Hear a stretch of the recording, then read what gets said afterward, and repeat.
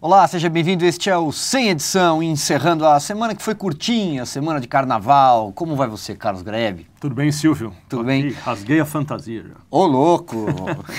Bom, Grebe, o governo resolveu adiar o corte, a tesourada que fará no orçamento de 2016. Por que, Grebe? O governo não sabe o tamanho da tesourada? Ele não tem a menor ideia do que fazer, né, Silvio? Como há tanto tempo. Era para ter anunciado hoje o tal corte.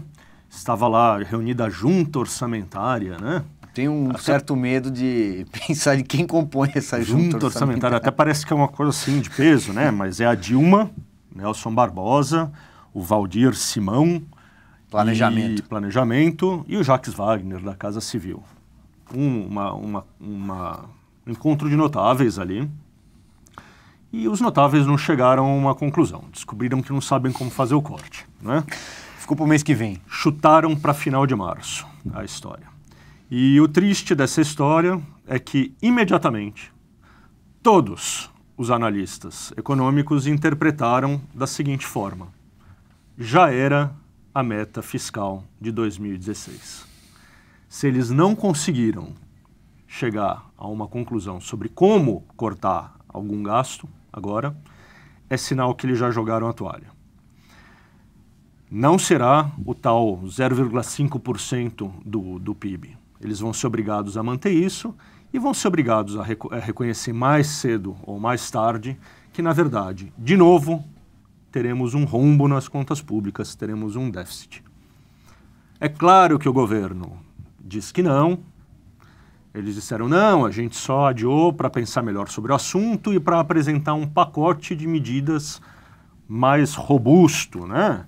Então, estão dizendo que podem apresentar proposta de reforma da Previdência, o que eu duvido, eu dou e faço pouco. Aliás, esse deve ser um dos assuntos da reunião da presidente Dilma aqui em São Paulo com o ex-presidente Lula. É evidente que o principal assunto é a defesa do ex-presidente, no caso do triplex, do sítio, etc., mas esse seguramente, ou pelo menos oficialmente, será dito que é o assunto da conversa, Grebe. Reforma da Previdência que o PT não engole.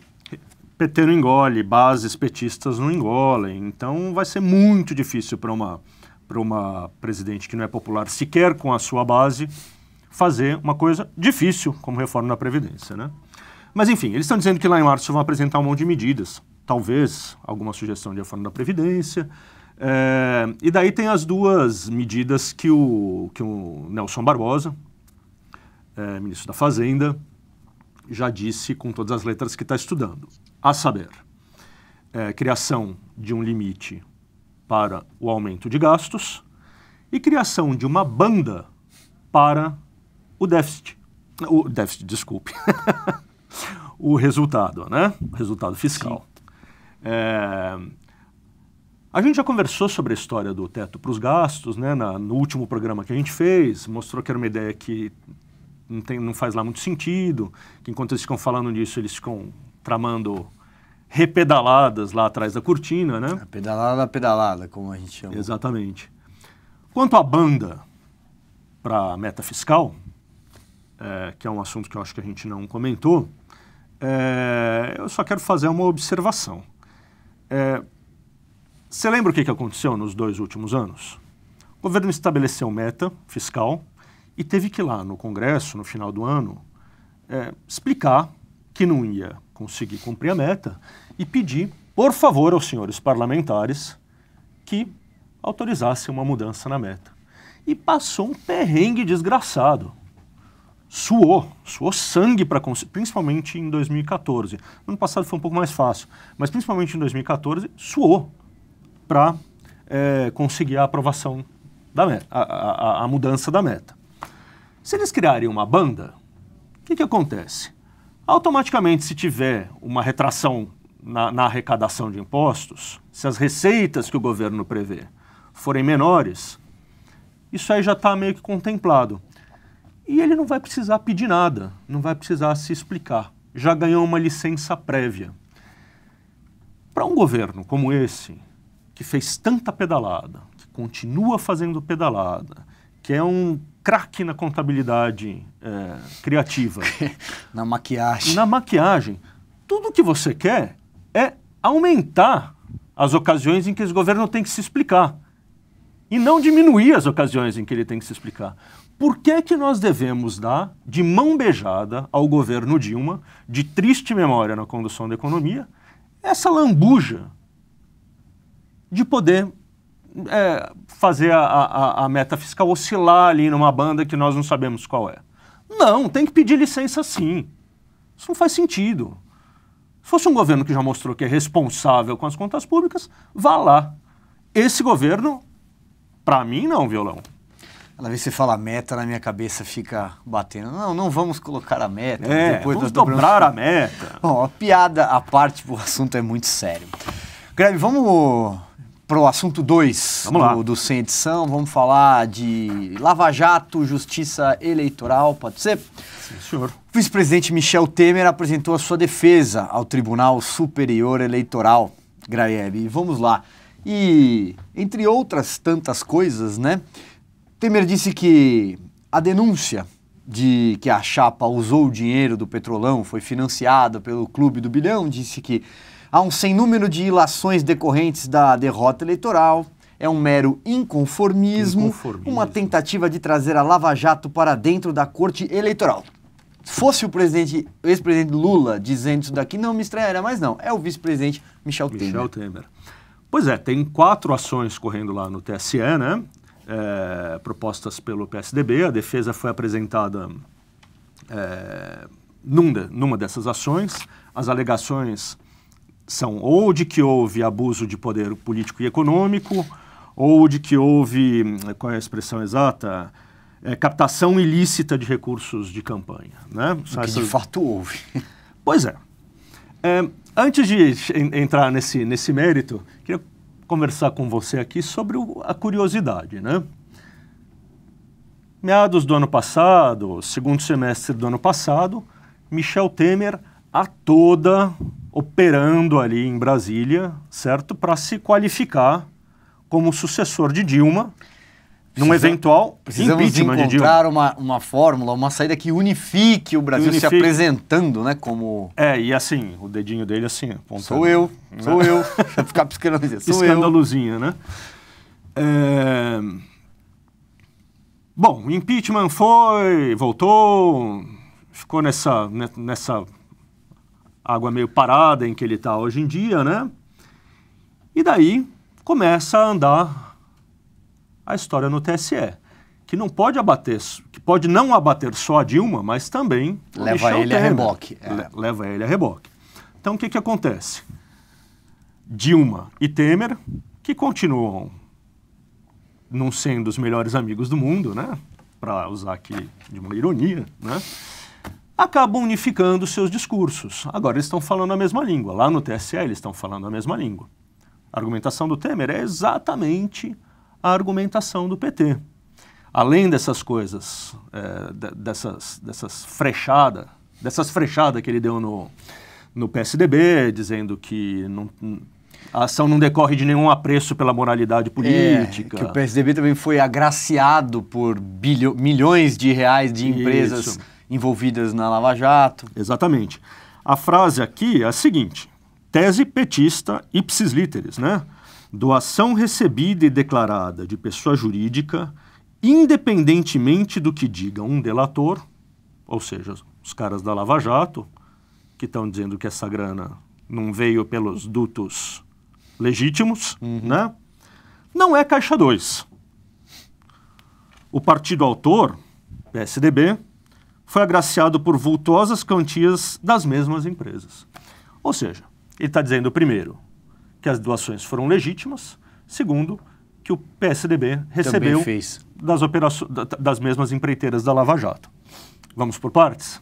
Vamos por partes. Né? Em primeiro lugar, o que está se demonstrando é que a tal doação legítima, ela pode até ser legítima do ponto de vista da mecânica da justiça eleitoral, mas que a origem desse dinheiro é ilegítimo. Uma coisa é ela ser declarada, né? A outra Exatamente. coisa é de onde saiu o dinheiro. Da onde saiu o dinheiro, certo? Então, o que está em discussão aqui é que todo o esquema, toda a origem por trás da campanha envolveu recebimento de dinheiro ilícito. Uhum. E Lavaram, sem querer te interromper, lavaram o caixa 1. lavaram o caixa 1, exatamente. Lavaram o caixa 1, né? E o mais grave de tudo, usaram o quê? A legislação eleitoral e o TSE para lavar o caixa A 1. própria Corte Eleitoral serviu... De lavanderia. É um absurdo isso. Certo? Você usa um órgão da República para limpar a origem suja da grana. Segundo lugar, só sabemos que o PT operava uma engrenagem criminosa na Petrobras, através da qual as empreiteiras pagavam propina e financiavam o partido. Exatamente. Não sabemos que o PSDB tinha um esquema semelhante. Então, o que nós estamos criminalizando, ou o que nós estamos criticando, vamos dizer assim, não é o fato das empreiteiras doarem. Sim, isso de fato é legítimo. O que nós estamos falando é que ali, num segundo passo para trás que você dá, o dinheiro, embora o dinheiro não tenha carimbo, o cara tinha lá um cofre, abriu o cofre e pegou um dinheiro, certo? Mas a gente não sabe qual é o dinheiro que veio do esquema ilícito. Mas a gente sabe que o dinheiro que ia para o PT, claramente, vinha de um duto ilícito. E o dinheiro que ia para o PSDB, a gente não pode dizer isso. Então são situações diferentes.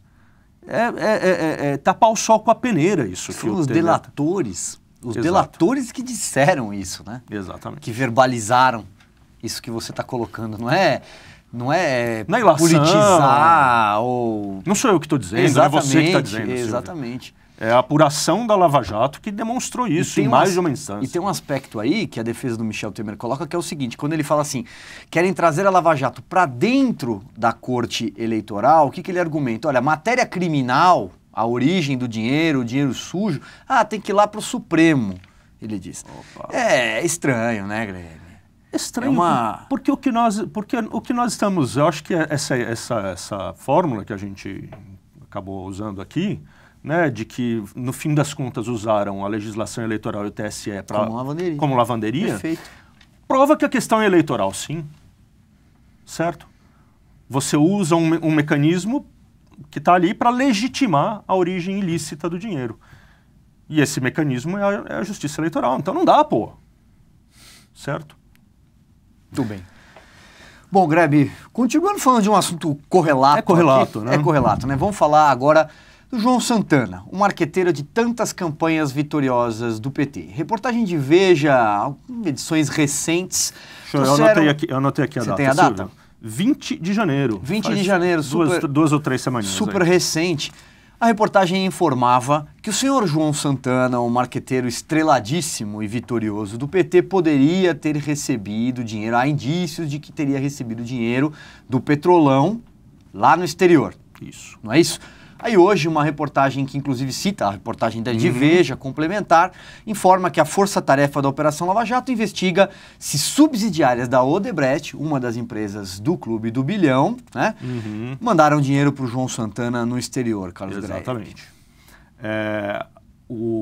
A história que a Veja desbravou naquela reportagem do dia 20, né, falava de um esquema em que o lobista do estaleiro Keppel FELS, que é um estaleiro de Singapura, se não me falha a memória, né? O lobista brasileiro desse estaleiro, teria lá no meio da sua papelada uma carta da mulher e sócia do João Santana, né? Indicando contas no exterior. E, bom, para quê? Para que está indicando essas contas no exterior? Por que esse papel está aqui? Né? A reportagem lembra também que o Pedro Barusco, aquele funcionário de terceiro escalão da Petrobras, que enfiou no bolso nada menos que quanto? 97 de dólares. Milhões de dólares. Dólares. O cara é de terceiro escalão e só ele enfiou no bolso 97 milhões de dólares. Ele confessou. Isso. De dizer. Exatamente. Ele confessou. Ninguém descobriu. O Pedro Barusco fez a delação premiada dele, né? Foi ele que apontou esse lobista da Keppel FELS cujo nome é dificílimo, é Zvi Skornik, deve ser alguma coisa parecida com isso, né? Ele era um dos operadores da propina para funcionários da Petrobras, como ele, Barusco, e para o PT, certo? Então ele dizia isso. Então ali, temos uma coisa se desenhando, né? Uma coisa esquisita se desenhando. E aquela reportagem da Veja também, e daí que a história fica interessante e nos conecta àquilo que a gente estava falando sobre o Temer, né? Eu vou até ler. Ela começa assim, olha, um empreiteiro de primeiro time está diante de um advogado de sua empresa e, pensando alto, reclama da atitude da presidente Dilma Rousseff, né? Que na visão dele está pouco se lixando para a sorte dos empresários da Lava Jato. Diz ele, a Dilma fica posando de virtuosa como se não tivesse nada a ver com o que está acontecendo. Ela declarou pouco mais de 300 milhões de gastos de campanha. E nós demos para ela quase 1 bilhão, 700 milhões a mais. Como ela pensa que o restante do dinheiro foi parar na campanha? Maravilhosa essa frase. Né? Segue um pouquinho... presente, né? Exato. Mágica. Segue um pouquinho um outro empreiteiro. Essas doações foram feitas a partir da contratação de consultorias indicadas por políticos ou por meio de pagamentos a publicitários diretamente no exterior. Ou seja, a campanha da Dilma Rousseff não só recebeu muito mais dinheiro do que aquilo que declarou, como recebeu uma parte desse dinheiro usando publicitários que tinham contas no exterior. O que parece se encaixar muito bem na história que a Veja contou e na história que a Folha conta hoje. Fazer uma pergunta. Você se lembra da campanha, especialmente a parte da televisão? Aqueles filmes maravilhosos, rodados, né, em câmeras de última geração, super produções e tal. Bonita. Não como a gente aparece aí na tela, né, Silvio? A gente tá bem, né? Mas você imagina, que é evidente que não custou aquilo, né? É evidente que teve dinheiro ali de Caixa 2 e tal. Isso tá na cara. Olha, Silvio, eu só sei mais ou menos os custos que a gente tem aqui. Não chegam nem perto de 300 milhões de reais. Quanto mais de 1 bilhão. É verdade. Bom, e chegando ao João Santana, eu te pergunto, quem é que vai cochichar no ouvido da Dilma, do Lula, para que eles consigam sair dessa? Se o João Santana está enredado... Olha, acho que ninguém, Silvio. Muito bem. Não faço a menor ideia. Vamos só lembrar de uma coisa. Detalhe que o João Santana não fará campanhas esse ano. Ele anunciou isso daí. A tática do submergir para não... O PT já tem um outro marqueteiro, Edinho. Quem não aparece não é lembrado. Muito bem. O que você ia dizer? Eu te cortei. Que em 2005, lá no auge do mensalão, né? Tivemos uma história semelhante, envolvendo publicitário do PT. Agosto de 2005, o senhor Duda Mendonça surge e rompe no Congresso Nacional, pega todo mundo de surpresa, do PT, a jornalistas, a oposição, para dizer que, olha, eu vim aqui, a CPI dos Correios, que investigava a gênese do mensalão, dizer, recebi dinheiro no exterior. E foi o dia, Graeb, me lembro muito bem, em que a oposição de fato pronunciou a palavra impeachment, pela primeira embora vez, né? não tenha dado cabo a ela. Exatamente. Então, quer dizer, a ideia de que publicitários recebem dinheiro no exterior não é nova. E a ideia de que esse dinheiro possa voltar de alguma forma ao Brasil para irrigar um Caixa 2 de campanha também não parece ser tão alienígena assim. E a ideia de que esses publicitários com contas no exterior possam ter recebido dinheiro do esquema do Petrolão também não é tão estranha assim, segundo disse o Pedro Barusco. Então, João Santana, precisa bolar uma boa propaganda para ele, esse safado dessa, uma propaganda para ele, excelente. É isso aí, Graeb. Bom, esse foi o Sem Edição. Obrigado, Carlos Graeb. Muito bem. Até a próxima semana. Até a próxima. O nosso programa termina aqui. Ótimo final de semana para você e até mais. Tchau.